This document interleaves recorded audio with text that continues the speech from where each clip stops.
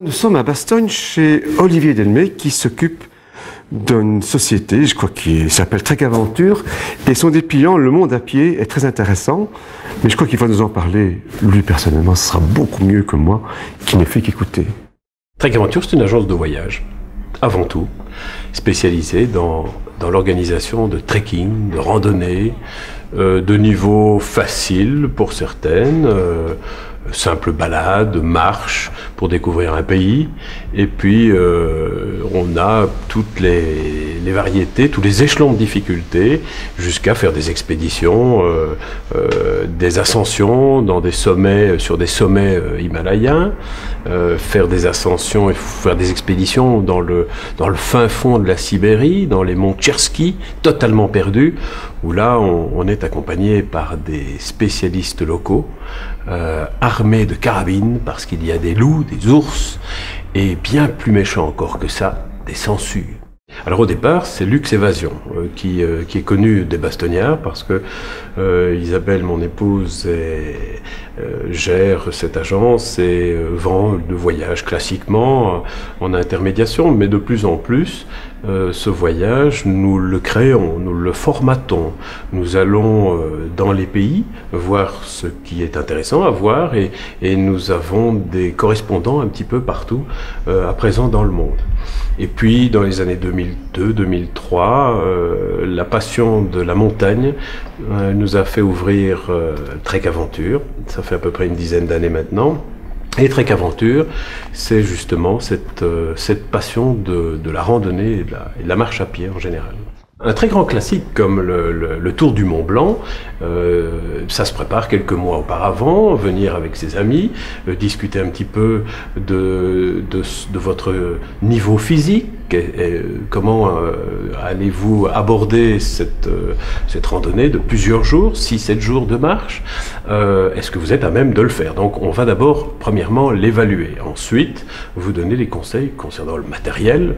On ne part pas simplement avec un bagage à main, faire le tour du Mont Blanc. Il faut effectivement être bien équipé. Et puis, il faut pouvoir vivre en communauté pendant plusieurs jours et vivre dans des dortoirs. Donc, le confort est mis bien souvent entre parenthèses. Mais la proximité de la nature, de l'essentiel, se retrouve essentiellement dans la plupart de nos randonnées. Ah, le Morvan, oui, effectivement, c'est une région de Bourgogne, assez proche de celle de l'Ardenne, parce qu'elle est fort boisée. Elle est à une 150 km de Dijon. Et j'ai eu l'occasion d'y partir l'an passé avec un groupe d'une quinzaine de personnes de Bastogne, qui marchent régulièrement, en fait, l'UCP, l'Union chrétienne des pensionnés. Et nous avons fait une partie de ce que serait le Saint-Jacques de Compostelle, le chemin de Saint-Jacques de Compostelle. Donc les pèlerins, au temps jadis, descendaient à Compostelle et passaient par cette région qu'est le Morvan. Et donc nous avons traversé le Morvan, et j'ai essayé de faire découvrir à ces 15 personnes quelles étaient les spécificités du Morvan, quelle était son histoire, quelles étaient les ressemblances avec notre Ardenne, avec ce que nous connaissons ici, au niveau de la faune, au niveau de la flore, et peut-être aussi de l'histoire, parce que c'est une région qui a été très sur le côté, et totalement méconnue à l'époque du Moyen-Âge et même à l'époque moderne. C'était vraiment une région totalement, je dirais, ignorée, totalement oubliée. On peut dire que nos Ardennes ont été un petit peu aussi, à une certaine époque, un peu oubliées. Et donc, voilà, et cette passion, on l'a partagée en marchant pendant plusieurs jours, certaines étapes étant même relativement longues, avec 26 km, et j'avais une dame de 76 ans qui, très vaillamment, est parvenue à ces 5-6 jours de marche. De bons hébergements, une bonne nourriture, car les Morvandiaux savent y faire en termes de cuisine, et la convivialité de la marche et du partage des repas crée des amitiés qui sont pratiquement à vie, si je puis dire, une fois qu'on est passé par ces expériences. La saison de la neige comme vous le dites, est effectivement une saison particulière. Et on fait plusieurs activités neige. Il n'y a pas que le ski. On fait du ski, effectivement, et pas le ski de station, le ski de randonnée. C'est-à-dire que nous allons à des endroits où personne ne skie, où il n'y a pas de risque d'avalanche, et un guide de montagne, c'est un guide de montagne, va vous faire dévaler des pentes de poudreuse ou à travers bois, là où personne ne va. Ça, c'est déjà une première chose. Nous faisons également de la raquette. C'est une manière de randonner dans la montagne immaculée et de découvrir des paysages que personne ne découvre. Donc là, on peut effectivement, et nous avons effectivement une activité raquette relativement importante, même ici en Ardennes, puisque la province nous a octroyé un prix pour avoir monté les premiers circuits raquettes accompagnés ici sur l'Ardenne il y a quelques semaines de cela. Ce sont les raquettes que nous utilisons pour faire des randonnées dans les Ardennes, ici, quand il y a beaucoup de neige. En général, il faut aux alentours d'une trentaine de centimètres pour que ça soit effectif. Et alors, ces raquettes, en fait, c'est très simple. On y glisse le pied à l'intérieur. Vous serrez avec les sangles, de manière à le calfeutrer. Et puis, eh bien, vous marchez un petit peu comme des skis de fond, avec ces raquettes, qui vont vous permettre, vu leur grandeur, qui vont vous permettre de ne pas vous enfoncer dans la neige et de rester relativement stable. Donc ces raquettes-ci sont indispensables dès le moment où vous voulez randonner sans avoir vos pieds qui sont enfoncés jusqu'aux genoux. Ça se trouve partout en Belgique, dans les magasins de sport, vous pouvez les commander. À côté de la raquette, il y a également indispensable une paire de bâtons, mais une paire de bâtons de ski peut très bien servir. Ce sont des matériaux composites, plastiques, et c'est très très léger. Aux alentours de 500 grammes, vous ne les sentirez même pas. C'est uniquement réservé à la marche parce que, et à la glace, si je puis dire, parce que vous avez derrière des petits crampons qui vont vous permettre d'accrocher non seulement le terrain, mais la glace. Si à un moment donné vous êtes sur un manteau glaciaire, sur un glacier, eh bien la raquette est tout à fait recommandée. Vous serez stable sur vos chaussures. Le Tibet, c'est quelque part une grande expérience pour toi. J'ai souvent vu des photos de toi avec le grand Dalai Lama, je crois, ou quelque chose comme ça. Tu peux nous en parler? Oh, ce n'était pas le Dalai Lama, j'aurais bien voulu le rencontrer. C'est d'ailleurs, si un jour ça se passe, ça sera certainement une très très belle expérience. Mais j'ai rencontré effectivement des lamas empreints de sagesse, de philosophie, de bouddhisme. Et j'ai pu discuter un petit peu avec eux par l'anglais qu'ils maîtrisent en général bien. Ils connaissent bien notre civilisation, ils connaissent bien nos travers également de notre civilisation occidentale. Et c'est très très intéressant de discuter avec des gens comme cela. Donc ça, ce sont des expériences qui nous enrichissent énormément et que je souhaite faire partager avec mes amis trekkers quand on va dans ces contrées-là. Il est clair qu'on passe un certain temps dans les monastères et à essayer de percer un petit peu le mystère de ce que le bouddhisme apporte à ces gens-là. Le simple fait de penser que la vie n'est qu'une étape et que la réincarnation n'est qu'un passage fait bien souvent qu'ils n'ont pas peur de la mort, ils ne voient pas la mort comme une fin en soi. Et ça change totalement leur vision du monde et leur vision de leur vie, tout simplement. Ça, ce sont des expériences intéressantes et des rencontres qui sont vraiment très enrichissantes pour tout le monde. Parlons un peu maintenant du Vietnam, par exemple, la pays d'Along ou des tribus du Nord-Est, etc. Alors, le Vietnam est un pays extraordinaire, c'est un pays à facettes multiples. Le Nord n'est pas le Sud et ce n'est pas le Centre non plus. Et il recèle une variété de richesses humaines, avec par exemple dans le nord du Vietnam toute une série de minorités, ce qu'on appelle les minorités ethniques, à la frontière avec la Chine, et qui sont très identifiées, qui s'identifient parfois même d'un village à un autre par un vêtement, par une couleur, par une cuisine, par une tradition. et voyager un petit peu au travers de toutes ces minorités, c'est un plaisir. C'est très varié, c'est très différent, et l'accueil est toujours très très chaleureux. Et puis des richesses géologiques, comme la baie d'Alang. Donc on se trouve en phénomène karstique, c'est-à-dire le calcaire, et ces grandes montagnes pilastres, si je puis dire, plantées dans la mer, créent, si vous y allez avec une petite brume, un effet tout à fait mystérieux et propre à un beau décor de film. Ça, je suis sûr qu'Hollywood y trouverait certainement son lot. Et puis vous allez plus bas, 2600 km, 3000 km plus bas, à Saigon, à Ho Chi Minh, pardon, Ho Chi Minh Ville, appelée anciennement Saigon. Vous allez vous promener le long du Mekong, et là, autre décor, autre richesse. Vous allez voir des visages souriants qui vous disent bonjour sans même vous connaître, mais rien que de savoir que vous êtes de passage, ils vous saluent. L'ambiance est tout à fait différente. Les gens vivent le long d'un fleuve. Aller, par exemple, découvrir les marchés flottants le long du Mekong, c'est coloré, on essaye de percevoir le sens des transactions, toutes les barques sont l'une à côté des autres, et les marchandises passent de main en main.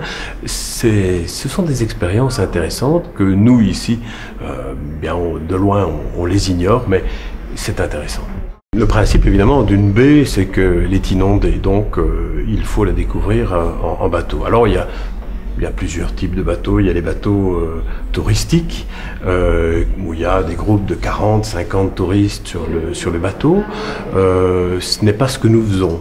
Le principe de Trek Aventure, c'est toujours d'être en petit groupe, le plus isolé possible, et d'essayer de découvrir, justement, par le fait que nous sommes moins nombreux, de découvrir beaucoup mieux ce que l'on est venu voir ou observer. Donc on va utiliser des sampans ou des jonques, plusieurs peut-être jonques, mais quelques personnes sur les jonques. On va dormir sur ces jonques-là, et on va voir un petit peu quelle est la vie des gens sur ces jonques. Et il y a une vraie vie, hein. Il y a des gens dont l'habitation, c'est leur jonque, et qui ne vivent que sur la baie d'Alang, comme ça. C'est un peu particulier, mais pourquoi pas essayer leur mode de vie et leur mode d'existence pendant 2 ou 3 jours. Au Vietnam, il y a une proactivité très importante avec les villageois.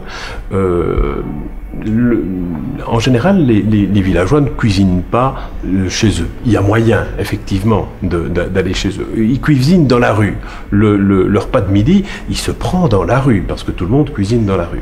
Le soir, par contre, arrivé chez notre hôte, on va, avec lui, apprendre à cuisiner. Aller dans la cuisine est une chose tout à fait naturelle chez eux. Et vous allez voir tout de suite les sourires et l'enthousiasme de la maman de la maison qui voit qu'on s'intéresse à ce qu'elle fait. Et là, c'est intéressant parce que là aussi, on a une proximité immédiate et non moins commerciale, si je puis dire, avec les gens. Et vous allez en retirer certainement peut-être des recettes, peut-être des idées ultérieurement, certainement. Est-ce que dans ces voyages organisés par Trek Aventure, il y a un moment donné où on a marché 3 jours, on se retrouve dans un hôtel, je dirais pas splendide, mais où on peut prendre une vraie douche, on peut prendre un vrai bain, on peut manger à une vraie table. Et comment ça se passe? Ah oui, bien sûr. Alors ça, il est vrai que sur certains circuits, nous utilisons les ressources, hébergement, nourriture, etc., locales. Et il arrive qu'on se trouve après quelques jours d'inconfort dans un hôtel superbe.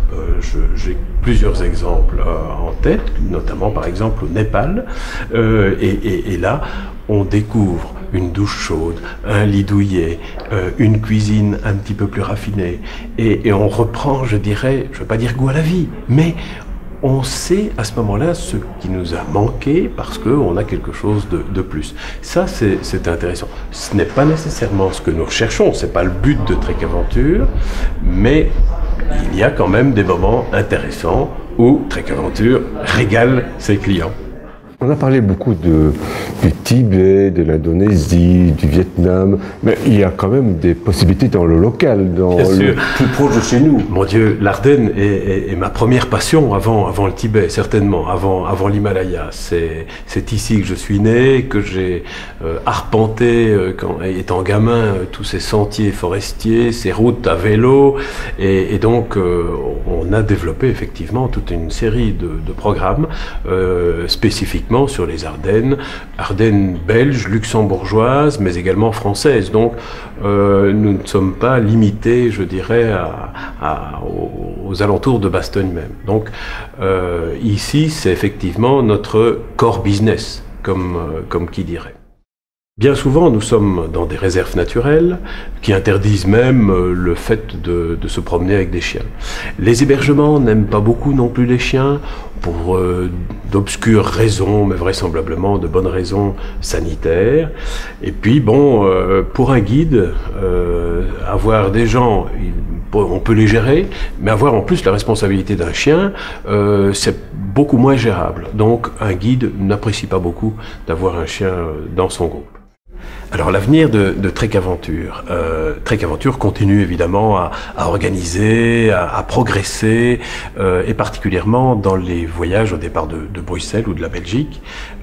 Ça c'est certainement une de ses priorités. Par contre, Trek Aventure va avoir un petit frère dans le courant de cette année-ci, si je puis dire, et va donner naissance à Thématique Aventure. Alors, qu'est-ce que Thématique Aventure va être? C'est en fait l'organisation de voyages où la marche ne sera pas l'ingrédient principal, mais où il y aura un thème fondamental qui va être en quelque sorte le prisme de lecture du circuit ou du séjour que l'on va faire. Un exemple, on va aller au Vietnam, visiter le Vietnam à travers sa gastronomie, à travers sa cuisine. Alors il n'est pas question de tout de suite prendre des cours de cuisine, tout de suite vous mettre en cuisine, non. Il faut d'abord voir ce qui se cultive dans le pays, aller dans une rizière, passer une journée avec un agriculteur, voir comment il manie le buffle de rizière, quel est le cycle du riz. Tout cela, évidemment, nous achetons tous et nous consommons tous du riz, mais nous ne savons pas nécessairement comment en amont ça se passe. Et avant d'arriver dans l'assiette, eh bien, il y a un travail, il y a une vie, il y a des gens qui en vivent. Et donc, le thème sera relativement large. On va faire du vélo dans les rizières, et puis progressivement on va arriver comment est-ce qu'on cuisine ce riz, quels sont les ingrédients que l'on met avec le riz, quelles sont les bonnes ficelles pour bien le cuisiner. Voilà, donc ce n'est pas un thème rigide, c'est un thème très vaste, très ouvert. Le thème de l'eau également est une chose qui va nous guider dans toute une série de voyages où l'eau a un aspect important. Donc, Thématique Aventure sera certainement un acteur du voyage culturel, si je puis dire, en petit groupe toujours, guidage francophone, et qui apportera une valeur ajoutée importante sur les voyages que l'on peut faire. Pour garder de bons souvenirs, il y a les appareils photos, c'est bien connu, mais il y a particulièrement ces petites caméras qui font fureur et que de plus en plus les trekkers s'équipent sur notre trek. Et comment ça marche? Ça marche simplement, on met en route la caméra, on la positionne éventuellement, s'il ne fait pas très bon, dans un petit boîtier tout à fait hermétique, qui permet néanmoins à la caméra de pouvoir fonctionner, et puis vous la disposez sur un support que vous mettez soit sur votre tête, soit sur votre ventre, ou peu importe, et vous allez pouvoir conserver des images relativement de bonne qualité, puisque la carte SD ici va vous permettre de filmer pendant 4-5 heures éventuellement d'affilée. Vous allez pouvoir bien conserver le souvenir intact de votre randonnée, de votre trekking et les paysages que vous allez rencontrer. Donc ceci fait fureur et sera vraisemblablement l'appareil photo de votre trek et de vos randonnées dans le proche futur. Je suis équipé maintenant de cette caméra et vous voyez que c'est excessivement confortable, ce n'est pas très dérangeant et ça permet de suivre effectivement son regard, voir de superbes paysages, voir des gens, rencontrer des gens et vous avez le son en plus, les discussions que vous allez avoir ou essayer d'avoir avec les autochtones et donc vous rentrez chez vous et vous avez un souvenir intact de ce que vous avez vécu sans avoir eu à manipuler toute une série d'appareils photos, prises de vue, etc. Non, c'est immédiat, c'est direct et essayez-la, ça vaut la peine, avec le son aussi, en plus.